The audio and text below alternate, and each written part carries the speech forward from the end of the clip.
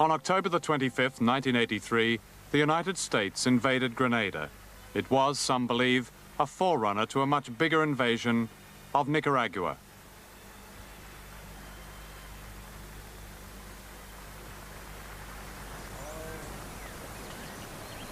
Imagine for a moment that you and your family live in one of the poorest regions of the world, Central America, often called the backyard of the United States. It's likely your home is in the countryside, a one-room shack in which there's no lavatory, no electricity, no clean drinking water. And imagine that at least 2 or 3 times in your life you watch helpless as a brother or sister or a small son or daughter falls ill with something simple and preventable, like diarrhea or measles, and dies. In your community, there's hardly anyone who can read or write except the priest and the moneylender. If you're lucky, you may get a few months' work picking cotton or cutting cane for 40 pence a day from dawn to dusk. And perhaps you'll wonder why your labor produces luxury goods and food for export to self-sufficient countries like the United States and Britain, while you and your family are permanently hungry. But if you wonder aloud about this, you put yourself at great risk, and you may even end up on a rubbish tip, murdered. That is what happens in the small nations of Guatemala, El Salvador, and Honduras. Until 1979, it also happened in Nicaragua. Then almost all the people of Nicaragua rose up against a tyrant called Somoza, whose family had been in power for more than 40 years, put there by the United States Marines. That uprising cost 50,000 lives, almost as many as died for America in Vietnam, but out of a population of less than 3 million people. This film is about the people of Nicaragua and their unique struggle to end a cycle of poverty and humiliation. It is also about a threat, which, according to President Reagan, this tiny country presents to the most powerful and richest nation on earth. 1, 2, 3, 4, 5. Bien. This threat, says Reagan, is communist penetration in Central America. But the real threat is this. Children once denied education under the Somozas now have the same right to school as do children in Britain. This botany class did not exist while Somoza was in power, when even the youngest children labored in the fields. In the past 4 years, 2,500 new schools have been built. And this is the threat. These middle-aged peasant women can read and write for the first time in their lives. In the past 4 years, illiteracy has been cut to less than 10% of the population. And this is the threat. Polio has been wiped out. Infant mortality has been cut by 1/3.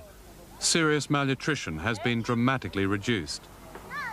A national health service has been established in spite of pitifully meager resources. And this is the threat. Open roads, freedom of movement. In a region of turmoil, there's no curfew, no menace from within.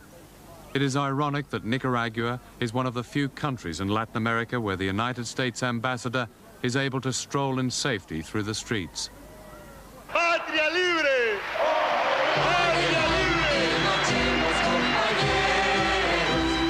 The uprising against Somoza embraced all classes, from right to left, rich and poor, and was led by the Sandinistas. There are few families in Nicaragua who haven't lost a loved one in the fighting. This woman, Maria Elena, lost her son, whom she believes was tortured. She has never found his body. I tell the American people, and Reagan in particular, because I know not all the people are against us. I'd say, why doesn't this man leave us in peace? Even if it means they lend us nothing, they give us nothing at all. Because we are extremely poor people. But please, will he leave us in peace? If he'd leave us alone, this revolution could have done wonders, because even though so many things haven't been done, a lot has already been achieved. To understand events in Central America today and the threat of an independent Nicaragua, it's important to look back. Won't you kindly open your geography? Let us turn to page 123. Between the Caribbean and the Pacific shore, you'll find the city of Amor. Managua, Nicaragua is a beautiful town. You buy an hacienda for a few pesos down. Central America until recently has been in shadow, largely ignored by scholars and journalists, so that the epic struggles of its peoples and the names of their heroes were lost behind a facade of ridicule, the so-called banana republics. In 1823, President Monroe proclaimed what was modestly called the Monroe Doctrine. Its aim was to protect Latin America from the Europeans, regardless of whether the people of Latin America wanted to be protected. This paternalism later became known as America's manifest destiny, that is, America's God-given right to control its own hemisphere. Early in the 20th century, manifest destiny took on a new meaning. It was now a crusade against Bolshevism, an imagined red threat in America's backyard. In 1912, US Marines landed in Nicaragua to protect democracy, as they put it, and to hold elections. But people in Nicaragua didn't want a foreign army to organize their elections, and resistance began behind a leader who said, "The issue is that the United States has no right to invade and humiliate a small country." His name was Augusto Sandino. He was a liberal and a nationalist, not a Marxist, and the Americans made the mistake of dismissing him as a bandit.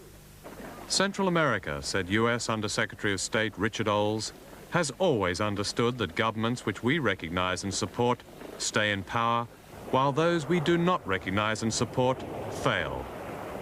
Major General Smedley Butler of the United States Marines later described his role with disarming frankness.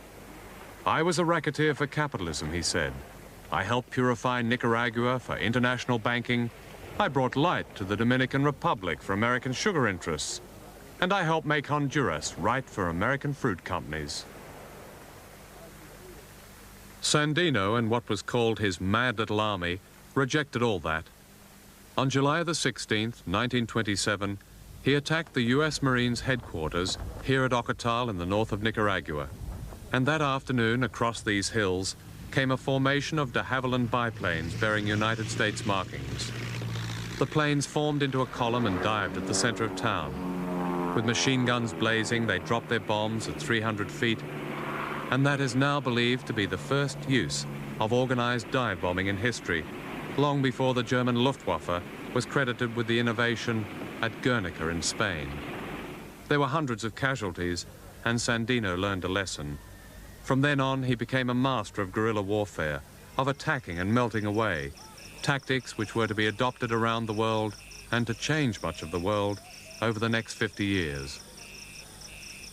By 1933, Sandino's mad little army had defeated the Marines, driving them from Nicaragua, a lesson of history apparently overlooked today. Sandino went to Managua for peace talks, where he was betrayed by America's man, Somoza, the head of the National Guard. In 1934, he was murdered. There was a calypso sung in American nightclubs in the 1940s that began like this. A guy asked the dictator if he had any farms. The dictator said he had only one. It was Nicaragua. Anastasio Somoza founded a dynasty that ran Nicaragua like a family business for 44 years. The Somozas owned almost half of all the arable land in Nicaragua. They controlled the coffee, sugar, and beef industries. Nothing was overlooked. They owned the national airline outright. If you bought a Mercedes car, you bought it from a Somoza company. Even the paving stones in the streets were made by a Somoza cement factory, which got the contract from a Somoza ministry, and of course the profits went to El Presidente. The Somozas were protected by a private army called the National Guard, which the United States created, paid, and armed. Somoza called them his boys, and they tortured almost as a sport. This is the Messiah volcano, which, as you can see, is very much alive. One of the delights of Somoza's boys was to drop his opponents from helicopters into the volcano. The official American attitude to samosa was best summed up by President Roosevelt. That guy, he said, may be a son of a bitch, but he's our son of a bitch. The first samosa began his career as a sewerage inspector and went on to own the sewers of Nicaragua, right up to the manhole covers.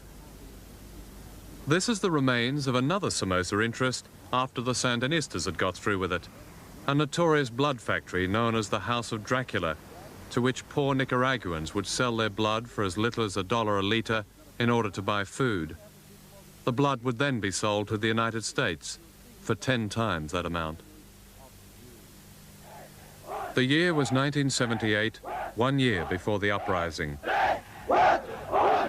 This was Somosa's National Guard, or Death Squad. Funded as part of America's foreign aid program, they were the instrument of American policy in Nicaragua for almost half a century. They were taught to equate all forms of social unrest with communist subversion. They were above the law. They could murder at will. Now reorganized in Honduras and paid by the CIA, they are described by President Reagan as freedom fighters. In 1972, an earthquake destroyed Managua and killed an estimated 10,000 people. The National Guard were quick to react. They diverted aid from abroad, they looted, and one officer reportedly tried to blow open the National Bank.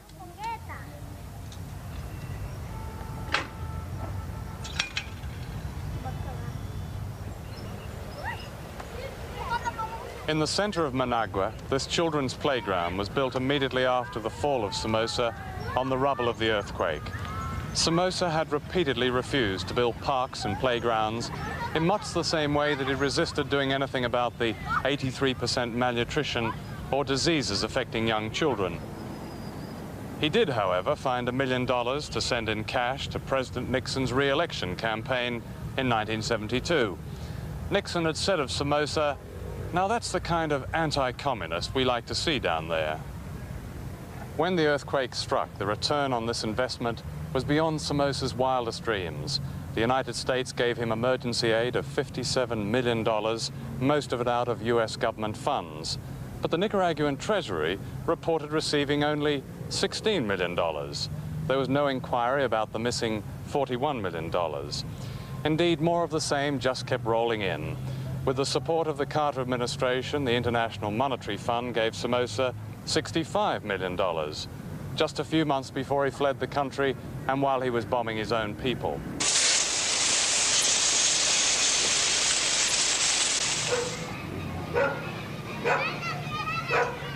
Well, it's important to remember that we found a country in July 79 that had probably 40% of the infrastructure of the country destroyed by the war, and part of it destroyed by the earthquake in 1972, and Somoza didn't repair it, okay? The city of Managua is a very good example of that. Then we found a country with no financial resources. The Sandinista government nationalized 19 different banks, and we found only $3.5 million in the 19 banks. That means 1 day of imports for this country.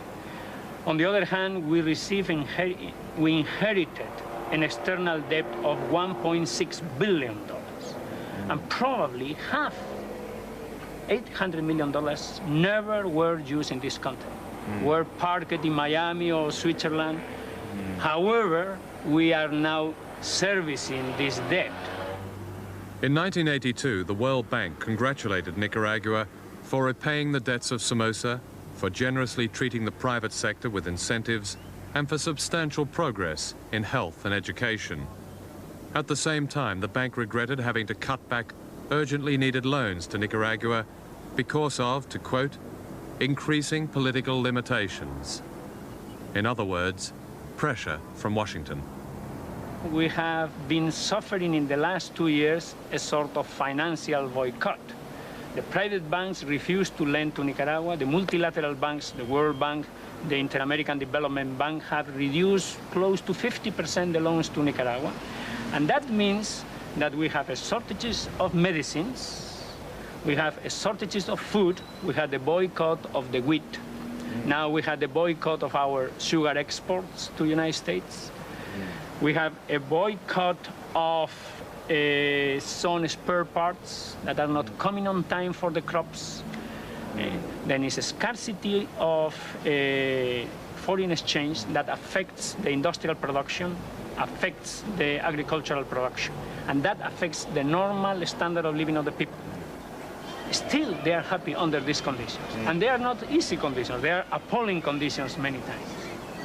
Check with the people if they prefer this life, very simple life, very austere life, to the life under Somoza. What is going here is that the people realize that this is their own economy, this is their own country, and they are facing an aggression, a foreign aggression. This revolution was not made by a proletariat party. It was produced by a popular insurrection. Everybody took part in the destruction of the dictatorship. This is not a political party. It's a front who made the revolution. And you have in this front different parties, the Socialist Party, the Christian Democratic Party, the Liberals, the Conservatives, all of them took part in this insurrection. Christians, the same time with Marxists, took part in this insurrection. The church, many priests and nuns supported the insurrection, even fought in the insurrection.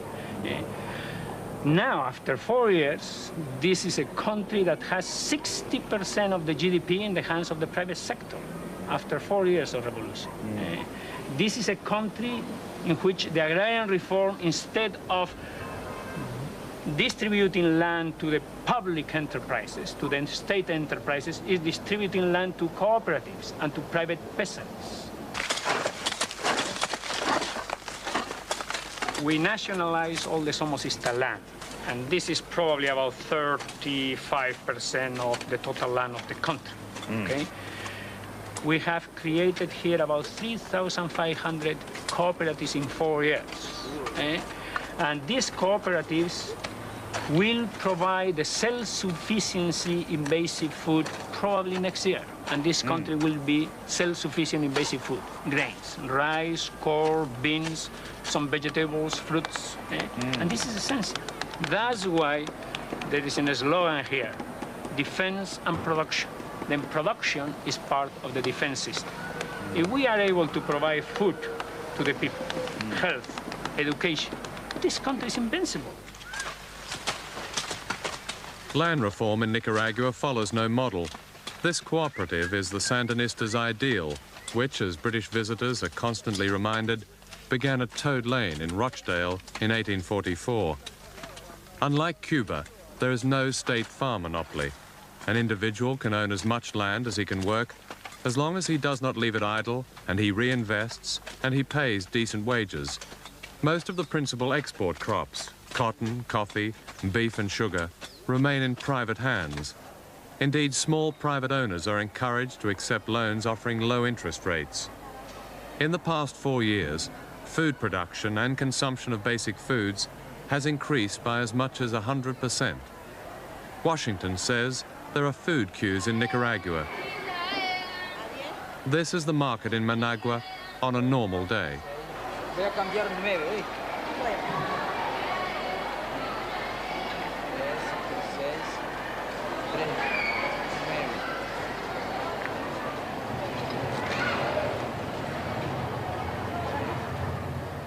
Most revolutions have wanted to appease their ideals and make their supporters happy with theories soaked in blood. The French, the American and the Russian revolutions have all resulted in vengeance and mass murder. Is Nicaragua any different? Well, this is the maximum security prison at Tipitapa. One of the first things the Sandinistas did was to abolish the death penalty, and it's here that members of Somoza's National Guard are serving sentences for murder and torture. I've come to the prison with Thomas Borge, Minister of the Interior in the Sandinista government, and himself a victim of torture in this same prison. Thomas Borge was sentenced to 129 years by Somoza. He was kept hooded, naked, half-starved. While he was in prison, his wife was raped and murdered, and he later found her in a mass grave. Hay una enorme variedad A whole range of crimes were committed here. For example, there were National Guards who not only killed Nicaraguans, but also tortured them. There were cases where people's skin was scraped off with shaving knives, alive. Others where their eyes were gouged out with spoons. Others were castrated. There was a range of cruelty here which I don't think would fit into an encyclopedia.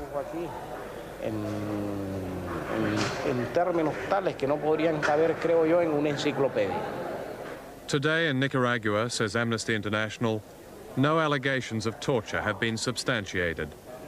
In individual cases of ill treatment, Amnesty told us, those responsible have been punished by the Nicaraguan authorities. I have a sort of amnesia about everything that happened here.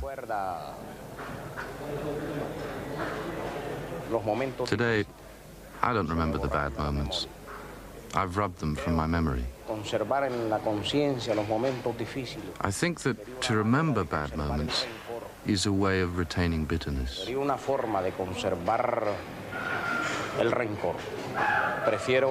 I prefer to forget, so that the bitterness and grudges can be replaced with compassion.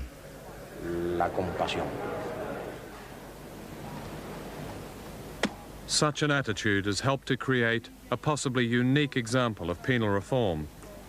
This is the only fence on this farm which is also a prison. There are no guards. The staff consists of 2 agricultural teachers. This prisoner was Somosa's personal bodyguard and is described as a former brute, now almost rehabilitated.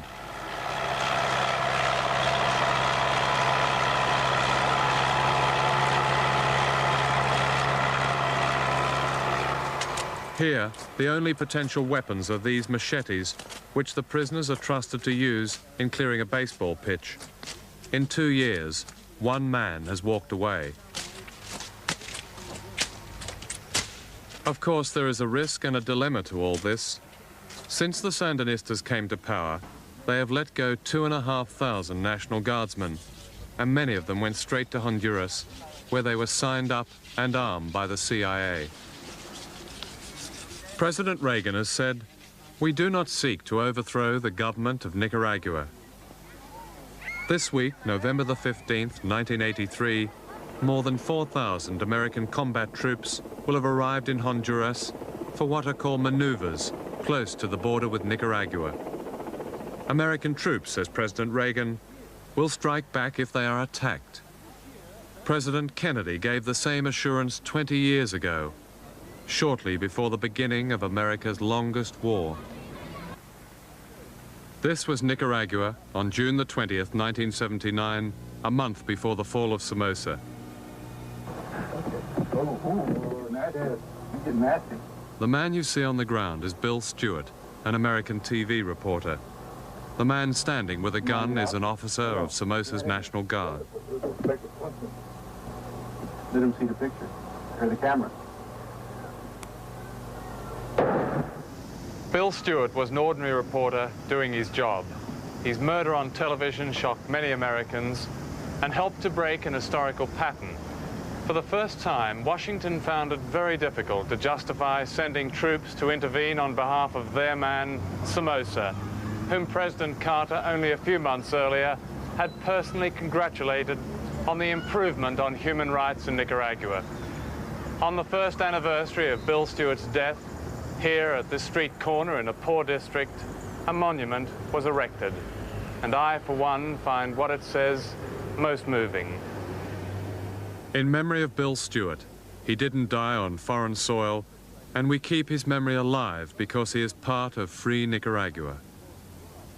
Such is the generosity of spirit so often shown in this small country.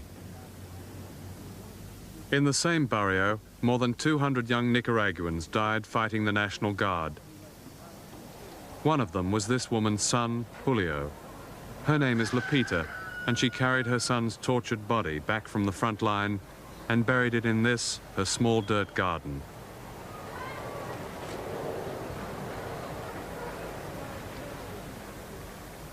Her other son, Manuel, simply disappeared.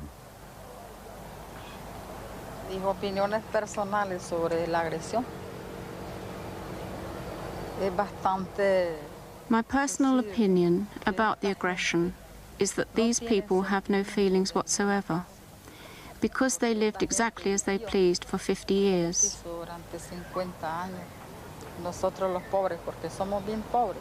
We the poor, and we really are poor, we struggled to earn our daily bread with the pittance we were paid.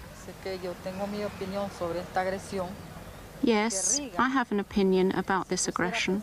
Let President Reagan spare a thought that he has children. Let him think that he is supporting genocide. They were murderers here. They had no pity for the young people. It was a crime in Nicaragua to be young.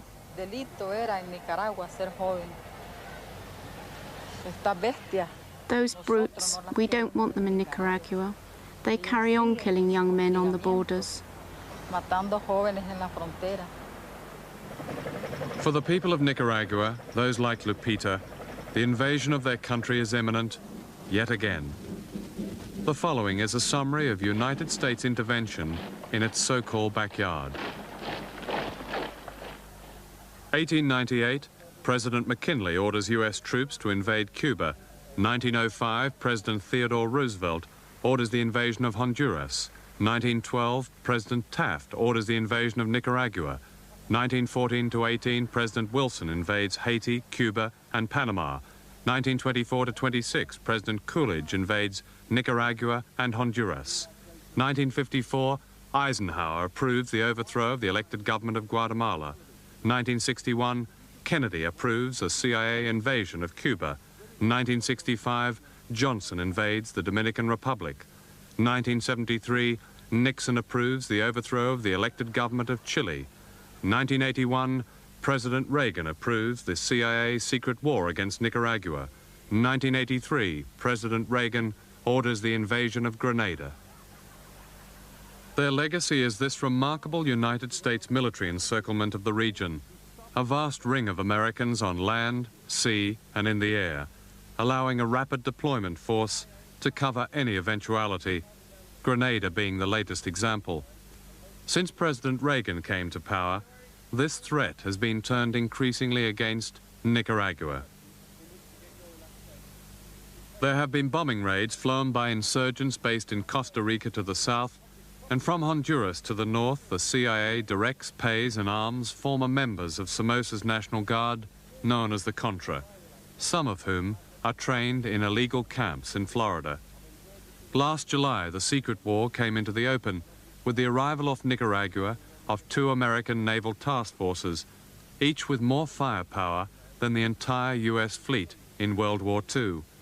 Today, 4,000 American combat troops are poised in Honduras, near the border. Ranged against them in Nicaragua are 45 aging Eastern Bloc tanks unsuitable for mountainous jungle and which are liable to break down after 125 miles, plus 3 antiquated Korean War jets, 2 helicopters, a navy consisting of a few patrol boats, a regular army of 22,000 and 25,000 reserves, and a militia. In addition to the threat from outside, the Nicaraguans face 15,000 of these troops, the Contra, heavily armed by the Americans and operating a hit-and-run war from Honduras. This is effectively a CIA private army. Its original aim was to stop the alleged flow of arms from the Sandinistas to the guerrillas in El Salvador. But this was no more than a cover. No convincing proof has ever been produced in public to substantiate a continuing flow of arms, a pretext described by a member of the Senate Intelligence Committee as a farce. The real aim of the Contra is to give the appearance of a civil war in Nicaragua by hitting economic targets and killing people like midwives. I work, for example, training traditional attendants in the north of the country. That's my work. That's midwife attendants? Yes, midwife attendants. Because in this country, most of the deliveries have been performed or made by midwife. I've been working in areas where 6 of my students have been murdered by counter-revolutionary groups coming from Honduras. And my program was finished because of that. That was in May 1982. But now we have restarted again because it's marvelous. I remember when a health worker was murdered. She was a nurse. And we had a meeting after the murder, and 10 nurses were willing to go there and work as she did in the past. The morning I spoke to Susana, a young man, Julio Moncada, was ambushed by a gang of Contra and murdered. His job was organizing land reform, and therefore he was clearly a threat. Julio Moncada wasn't political at all. He just loved his people. And what was the purpose of killing him, do you think? I think they want to stop technicians going to the countryside. They want to make people afraid, feel afraid, not going to the countryside to help peasants. And for that reason, I think they are killing technicians now. In the past, they were health workers, and now they are agrarian reform technicians. These are other victims of the CIA war. Young Sandinista troops at a hospital which, when we filmed there, had 2 months' supply of medicines left. And that was 2 months ago. This volunteer militia boy is 14 years old. He was shot and burned while defending his village.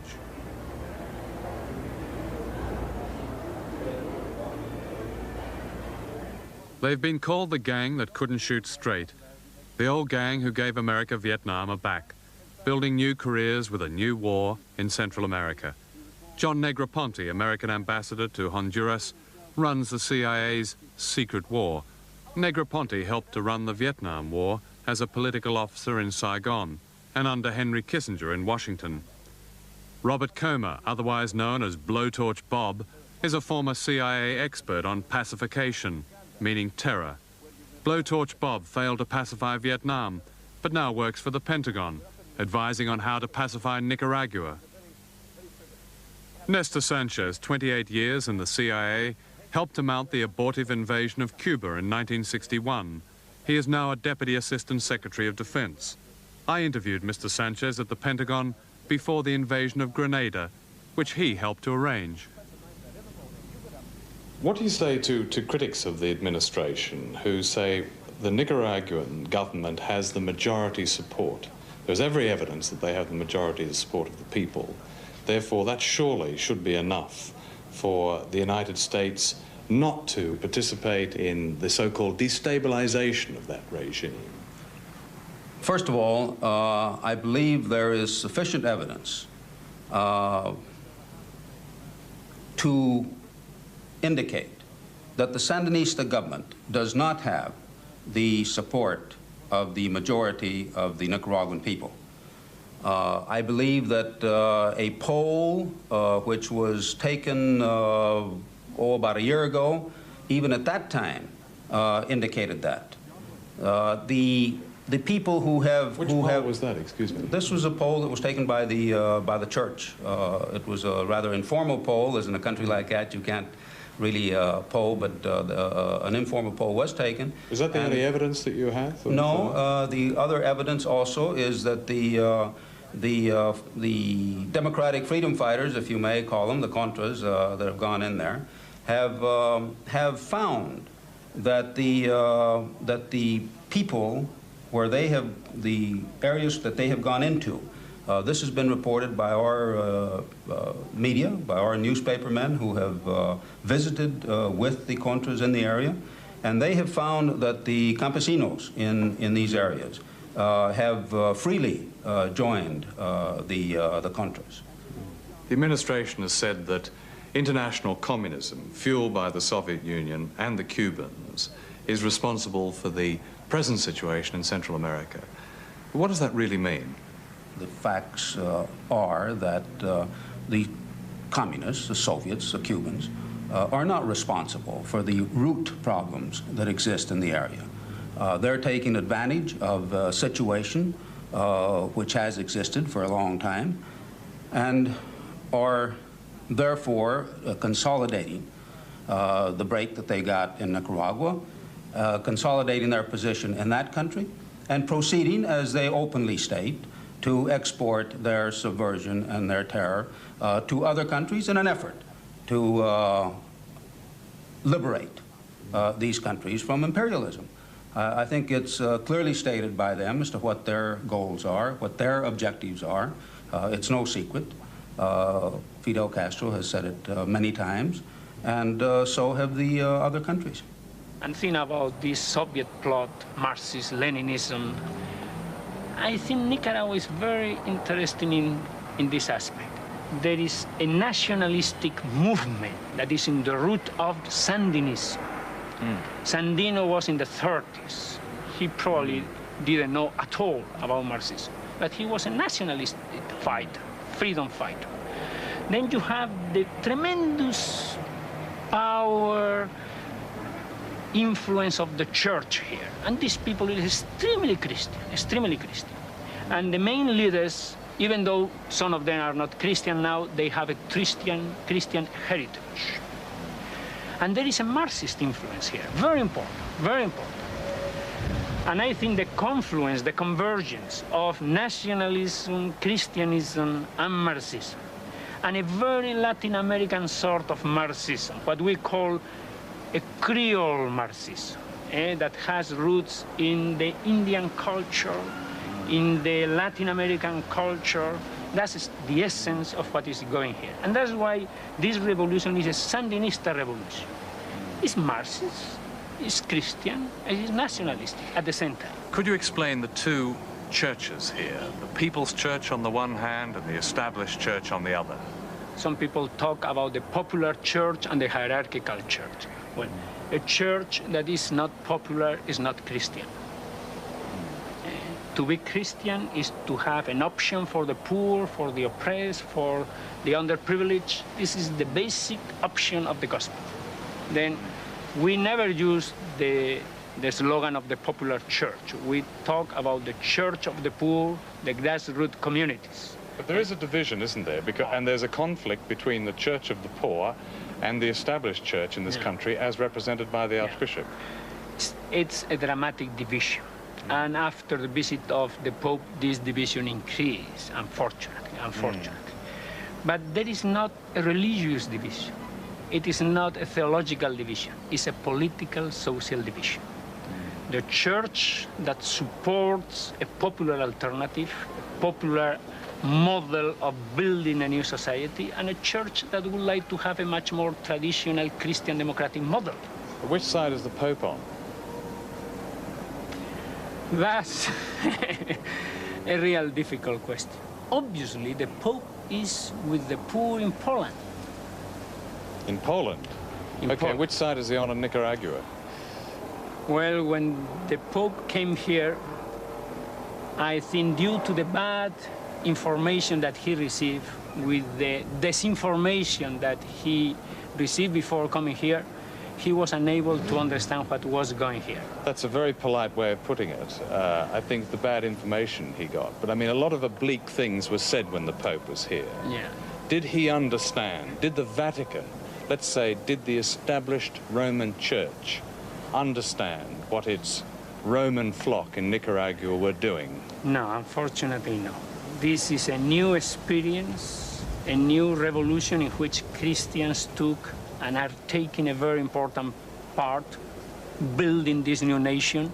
And this is very difficult to understand to the Vatican because there is a revolution here.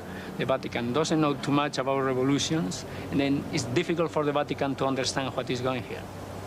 That's a fact.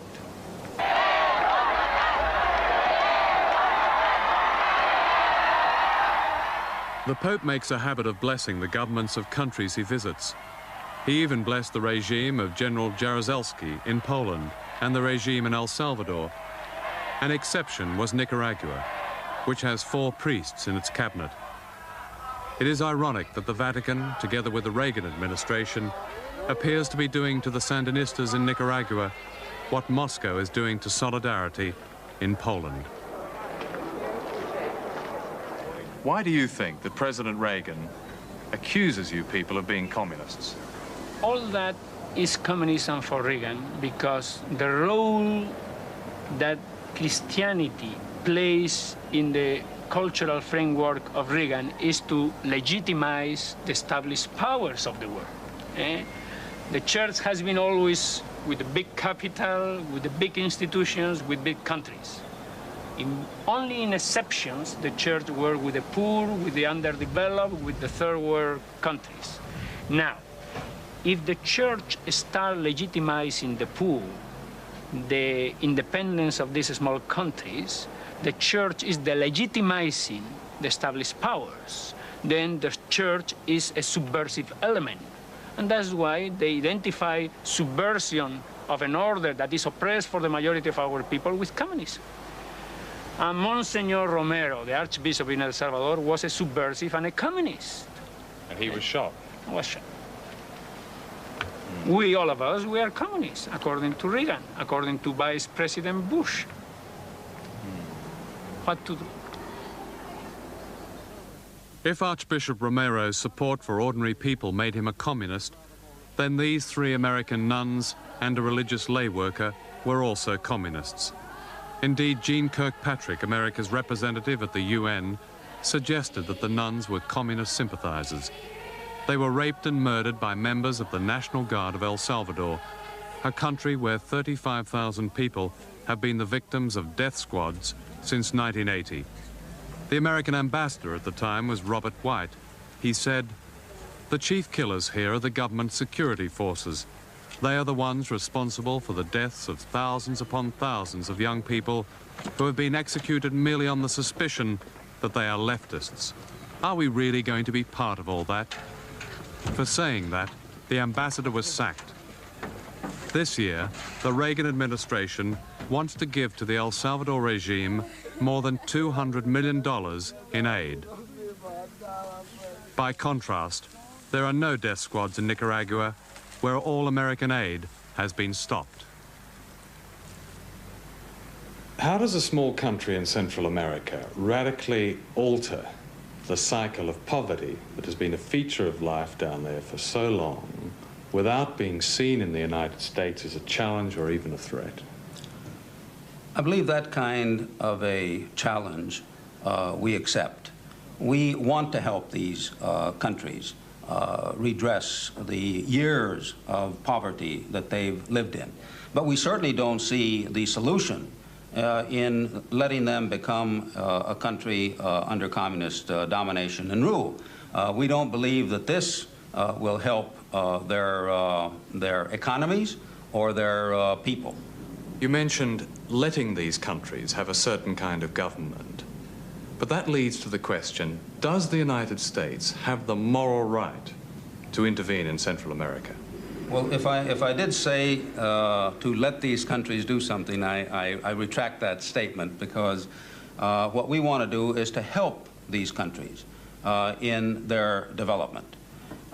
One of the problems that we have had throughout the years in Central America is that we haven't had a consistent long-term policy in the area. I have said this before, and I will say it again here with you this afternoon. We have paid attention to the area when we have a crisis there. And certainly this has not helped in the long-term development. With what is happening there today, it would be certainly my hope that we would be able to help these countries over a long period of time, because this is not a situation which lends itself to an overnight solution. It's one in which we will have to stay there for a long period of time if we want to help, and help them along the lines of our Caribbean Basin initiative, to where we will give incentives for investment in the area, and we will also provide tax relief on imports for their goods into our country. This, over a long period of time, we feel will help our neighbors in this hemisphere. We have tried in these 4 years to be very flexible, very pragmatic. We have tried to diversify our dependency from the United States without breaking with the United States. We would like to maintain our diplomatic relations, our economic relations with the United States, but not to have a sort of umbilical cordon with the United States. We try to be our own nation, okay? I think what is happening here is essential for the future of third world countries. Here is a sort of new international law that is at stake here. Have we the right, small, poor, underdeveloped nations in the periphery of the global system, have we the right to be independent nations? Have we the right to build our own security policies?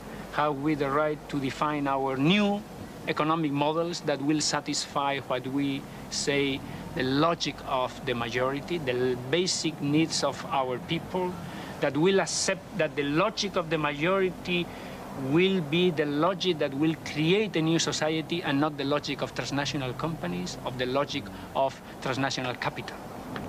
Have we the right to demand these things? With 4,000 American troops now in maneuvers on the Honduran border, don't you see history repeating itself? The possibility of an invasion yet again? I consider that we will be unable to stop the Marines in the border. That's impossible. They have all the military equipment. We don't have Air Force. We don't have a Navy to defend this country. They will come into the country. The problem is how they will go out of this country. Mrs. Thatcher has given very strong support to President Reagan's policies in Central America. How important is the support of an ally like the British government to the fulfillment of those policies in Central America?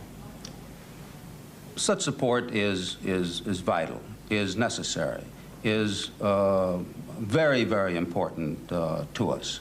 After all, Britain is a European ally with which we also have commitments through NATO, as you are well aware. And I think it's also a recognition, if I may say, on the British part to understand that if we do run into and have problems and have a military threat develop against the United States in the Caribbean, it will also affect the support that we will give NATO in the early parts of a war if one should break out in Europe. Recalling that over 50% of the supplies going to NATO in the early part of any war will be coming out of our Gulf ports. So I believe it is in our allies' interest. I wish we could see the same support, the same strong support that we're getting from our British allies, from all our other allies in Europe. We're seeing a change in that, and I believe this is all very desirable and very helpful to our policy that we're trying to carry out in Central America. Do you see a direct role for NATO in the carrying out of the policy in Central America? Not at the present time, and I don't think that's necessary. If we address these problems that we have in Central America today, we believe we can, by assisting these countries in, not NATO, but the individual countries probably could assist the Salvadorans and the Hondurans in the same way we're assisting them to take care of themselves, which is possible today. The crisis has not reached the point where interference from the outside or the use of, say, U.S. troops or the troops from any other country are necessary. It's still a manageable problem if we get on with it. This pathological vision of the administration of the United States in relation to this area of the world is impossible to change. I have been 15 times in the last 2 years in the United States. It's impossible. They consider that this is democratic, that this is Christian, and this is part of the Western civilization. Then all what we are doing is totalitarian, anti-Christian, and communism. The only thing of changing the mentality of the U.S. administration is in the hands of the North American people. No other force in the world will transform this mentality. We are unable to do that. In 1982, an all-party British parliamentary delegation reported from Nicaragua, "Our impression was of a government which retains the support of the majority of the population, a country working hard to recover from the disastrous inheritance of dictatorship." In 1983, a delegation of the World Council of Churches reported, "What impresses us is the pluralism in the government and the service of Christians, and the sense we get that the kind of totalitarianism so rampant in Latin America, in Chile, Guatemala, El Salvador, simply does not exist in Nicaragua." Less than 11% of foreign aid to Nicaragua comes from the communist bloc. 50% of volunteers are from Cuba, mostly teachers and doctors. 40% are from the West and Latin America. More than 75% of Nicaragua's trade is with non-communist countries. The British government is one of the few Western governments to enthusiastically support President Reagan's policies in Central America, policies which are rejected by much of the Congress and, according to every survey, by most of the American people. Policies which are leading towards a war against a small country whose crime has been to cut the death rate of its young children, to teach its people to read and write, and to let them live as human beings with dignity. Surely it's fair to ask this: how impoverished, how helpless does a country have to be before it's no longer seen as a threat by the United States? Or perhaps President Reagan understands that the real threat of Nicaragua is simply that of a good example, and one desperately sought after from Central America to the Philippines to Poland. The example of a society inspired by neither the United States nor the Soviet Union. The generosity of spirit you have seen from Nicaragua will not be sustained by more suffering. If governments won't help them, why can't they leave them alone?